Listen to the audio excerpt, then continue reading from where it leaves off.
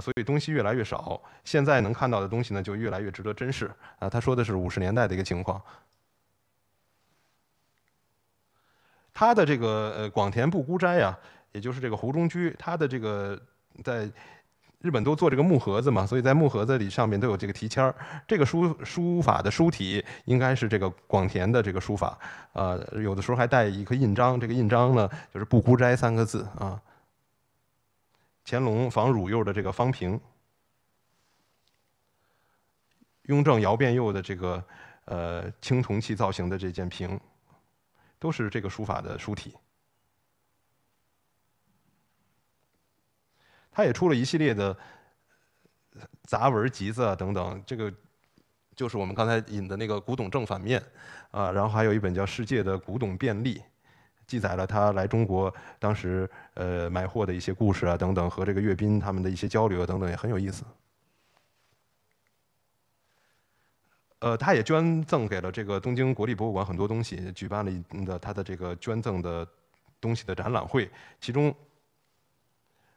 最重要的宋词，我觉得是这个南宋官窑的从事瓶啊，非常的好，釉色莹然，这个古风扑面，底下还有一个刻字“忠厚初”3个字，据说是流传在这个江户幕府德川家的一件器物。右边的这个也是非常少见，雍正斗彩这个1把连的这个缸，很少有类似的出现。底下是这个6字青花楷书款。早期在拍卖上有一件是漏彩的，就勾了轮廓，没有天彩的这么一个同类的东西，但是非常少见。坂本五郎近年的这个拍卖，因为他去世以后，坂本五郎的这个拍卖，也特别有话题性啊，一系列重要的器物。他这段话我觉得说的特别好，他说呢，在古玩的圈子里呢，有不少人呢说自己眼力好啊，其实呢名副其实的寥寥无几。因为呢，有品位和眼力好是两码事儿，前者是业余人士，后者才能称之为呢真正能够辨真识伪的专家啊。这个我说的是很有道理的啊。你有品位，不见得你会辨真识伪，对吧？新东西也可以有品位，但是能够辨真识伪的这样的专业人士才能称之为专家。他的一系列收藏啊，之前也在这个香港拍卖过，封面的这个钧窑折颜大玺也特别的美啊，右边的这个就是刚才我们看到的那个雍正的那种过枝大盘，50.5公分的那个。现在呢，我们看到这个日本回流的一些瓷器上面呢，经常有这位久治卓真的题签儿啊，在木盒的里边啊、外边啊。这位久治卓真呢，是谁呢？也是一位，他不是古玩商，他是一位收藏家，是一位鉴赏家。他经常喜欢在木盒上啊，有的是受人之托，有的是自己写一些这个所思所感呀，包括器物的题签儿。有一件这个非常出名的成化青花冠啊，这个呢，他写了一段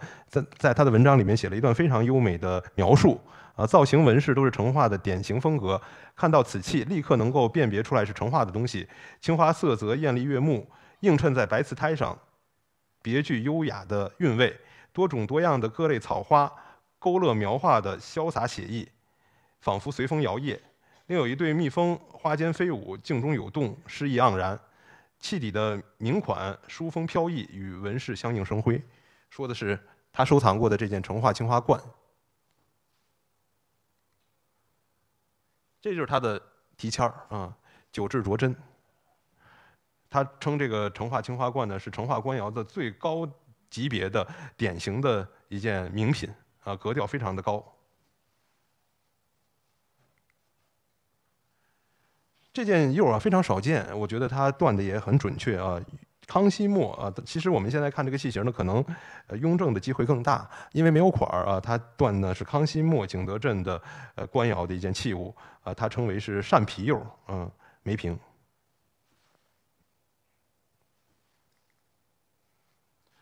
1953年、1962年分别在日本呢举办了清代瓷器的展览，出版的图录呢都是由他执笔。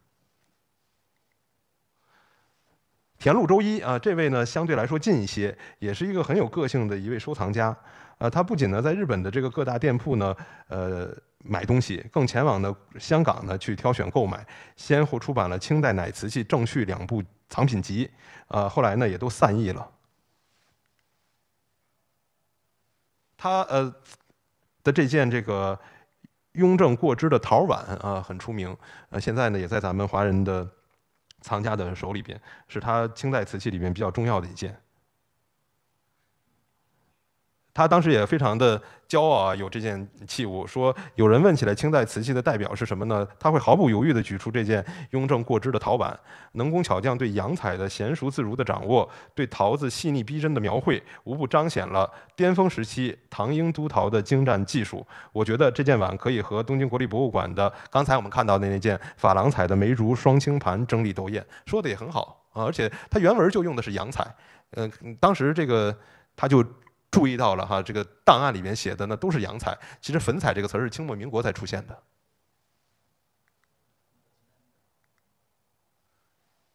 他的这件三星尊也是画的特别的美，造型也雅，这个人物的这种描绘哈，很文气，很内敛啊，不是我们常见到的那种比较这个外露的这种绘画风格。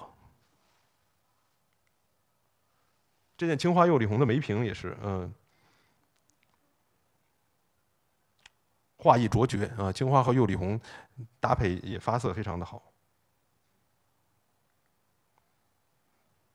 你看这个云都画活了哈。这件方尊呢，很可能是和唐雍有关，因为这个上面的这个一个山峰上面有一个枯塔哈，就是南昌这个大孤山的一个风景啊，很可能是实地取景画到这个器物上面的。大孤山面上面就有一个塔，宝塔。这个云纹的地方还带了一点刻画的工艺，所以呢，是画刻兼施。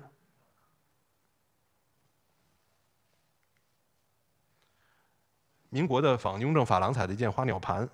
也在嘉阕雅集的这个藏家的手里面，画的也是很好。好，最后我们看看近年呀，在市场上出现的一些日本旧藏的清代官窑的重要器物。首先就是万寿尊啊，这个是范田家收藏，这不是盒子和这个题签儿一应俱全，还有一个老的托座啊，这个呢。在1929年的古美术大观里边啊，影印了他的这个照片啊，就是这一件，因为细部的那些个缩釉啊，那些个细致的这个特征呢都吻合。看来现在有6、7件完整的啊，这里有一件，北京故宫、南京博物院、香港中文大学文物馆这边有一件，龙美术馆还有一件。所以完整的就有5件啊，还有一些残片，从那个厚度和这个万寿的这个字体的大小看，也应该是万寿尊啊，所以可能当时烧了9件啊，很有这个机会。这个范田家是日本百货店高岛屋的创业者，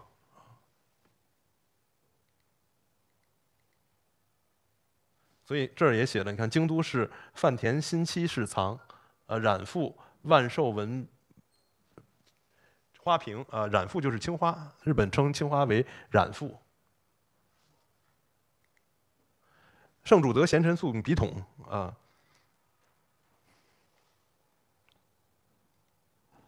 这件呢带有这个老的木盒，这个可能是中国的木盒，但是在木盒的里边呢写了是明治34年清国钦差专使大臣纳同云，所以呢一查这个纳同的这个东史日记，就发现呢他在出访日本的时候带了很多这个瓷器珍玩过去作为国礼送给日本，所以这个是其中的一件。记载的很详细，给这个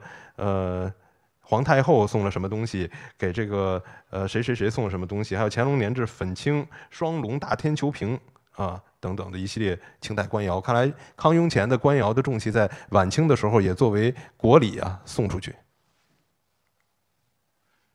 雍正洋彩的这个大熏炉啊也特别的出名，上海博物馆有一对花菇啊，可能和这个都是成套的器物，五贡嘛。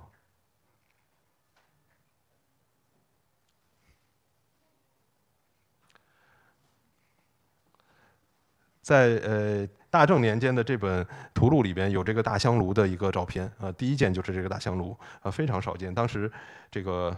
件东西在拍场上出现，足足抢了半个小时啊，我记得是60万起拍。所以这个就是受了西欧影响的这个雍正时期的洋彩重器啊。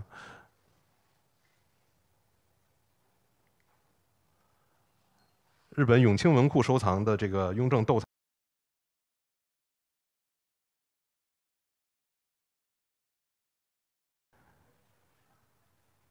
类似作品也非常少见。你看，它有一对儿，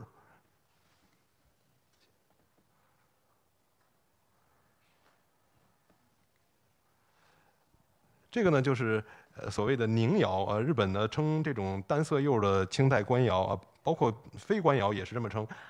称之为宁窑，安宁的宁，这个是怎么来的呢？就是雍正年间啊，年西窑督陶嘛。那年西窑督陶呢，唐英是他的助手，唐英是雍正6年去景德镇嘛。那这个年窑啊非常出名，咱们的文献上也经常记嘛，年窑啊，年西窑督陶的这个官窑瓷器。那年窑的这个发音啊，是念有，然后在传到日本以后呢，这个发音呢，念有和这个聂窑啊就。大家传着传着，就这个字儿就变成了安宁的宁了啊，所以呢，这种单色釉的东西在日本呢称之为是宁窑、聂窑啊，实际上是这个年窑的这个音这么转过来的啊。那这种开片的东西啊，仿官呀、仿汝啊、仿哥啊等等，这种清代的景德镇的单色釉都写成是宁窑啊。这件宝石蓝的塔式瓶也非常好。日本称之为琉璃釉，蓝釉称之为琉璃釉，这有写，带着老木盒、老的这个囊套。这老囊套也很安全，也很讲究，为的是呢，你打开这个木盒以后呢，这不是有囊套吗？就把它一兜搂、一提溜就能给它拎出来啊。这件茶叶末的这个仿青铜器的这件壶啊，双耳壶。也是1933年就在日本的这个双宣安美术集成图录里边有出版。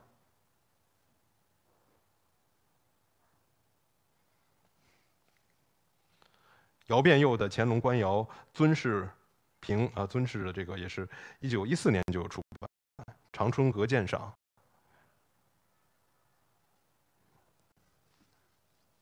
因为呢，这个窑变釉好对，它那个窑火天成，它有那个斑纹，有那个窑变的这个特征，你可以核对啊。所以1914年在日本就出版，长春阁也是一个大收藏家，在神户。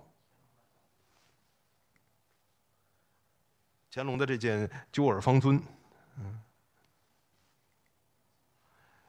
日本的这个文人雅士的这个木盒题签也很好啊。官窑乾隆年制青花瓷插花瓶，面背画龙，左右画凤，两棱皆有升天祥云之势，画样尤奇，色泽丽美，成为这个稀世之珍等等。这两侧画的这个纹饰。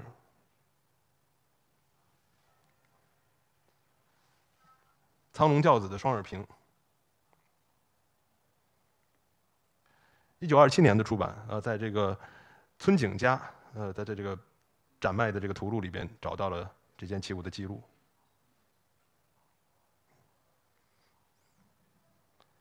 这件乾隆晚期的这个通景英系大瓶呢，也是这类的东西呢，都是乾隆晚期、嘉庆早期有一系列画的，有这个英系图啊，有这个万国来朝啊等等，各种各样的图案。藤井有林馆啊，现在大家到京都去，还可以到这个藤井有林馆去参观。藤井有林馆40年代出版的这个《有林大观》里边就收录了这件大瓶。山中商会卖给了藤井有林馆，藤井有林馆在近年又拿出来回馈到了市场上的一件大器。慎德堂的这对花盆。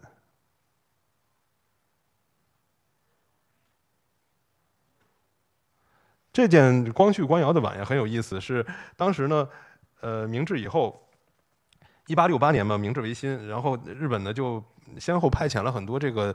考察团到中国各地啊，去了解这个制瓷技术啊，制瓷工艺啊等等。那这个加藤助三郎是其中的一位领队人物。那他呢到江西景德镇，然后呢是饶州府浮梁县的这个县官送给他的，他这个茉莉鞋送给他了一个官窑的一个碗，当时叫吴凤来。明治31年的时候来江西考察窑业，然后当地的地方官送了他的这件碗，在木盒的这个题签里边记载的这件事儿很清楚。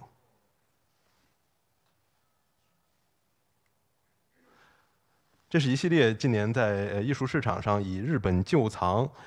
为主题的器物的相关的拍卖图录啊。万寿尊包括这个汝窑的这件玺，定窑的这个天外飞仙的这件盏，等等一系列的这些器物都是源自日本旧藏。这是咱们今天的这个讲座里边所参考的一系列参考文献，有简山龙泉堂的这个回顾，有这个坂本五郎的他的自传叫《一生千两》，还有山中商会的一些老的图录啊，介绍山中商会的一系列研究啊等等。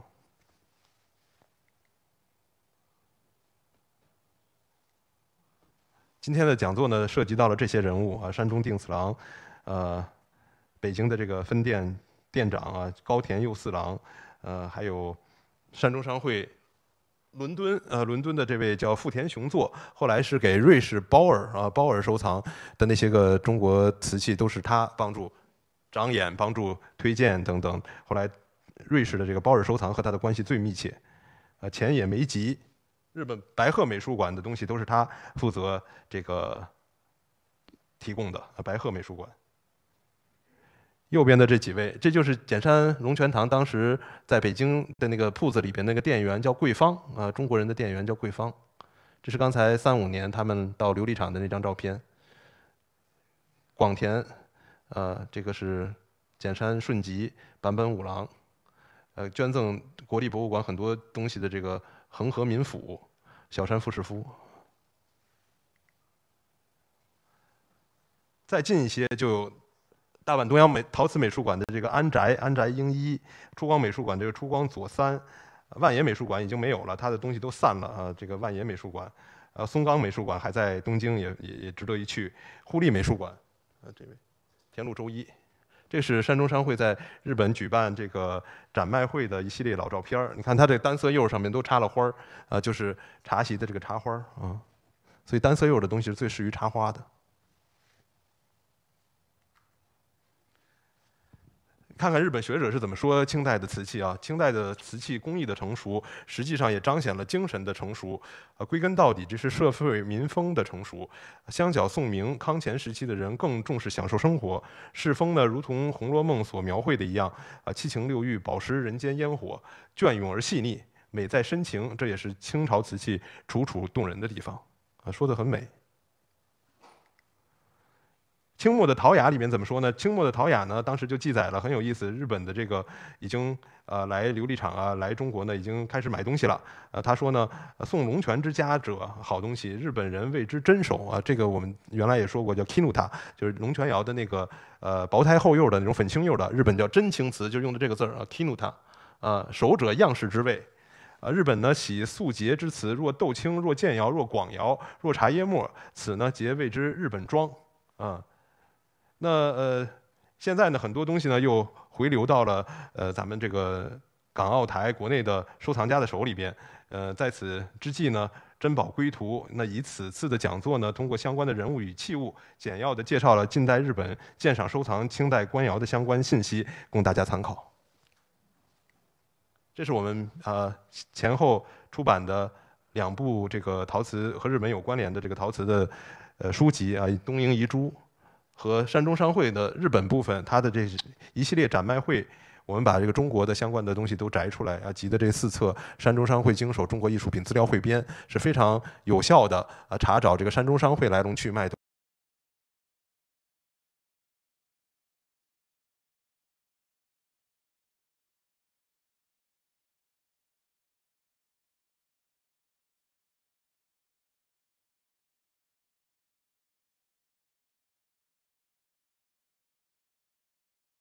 和这个东洋陶瓷美术馆的伊藤裕太郎先生的一张合影。那他呢写这个安宅先生，也就是说大阪东洋陶瓷博物馆美术馆的这个奠基人啊，他的东西后来都捐给了这个美术馆嘛，写他的一本书叫《美之猎犬》，这本书呢也翻译成了中文，下个月呢就在上海书画出版社呢可以出版，欢迎大家关注。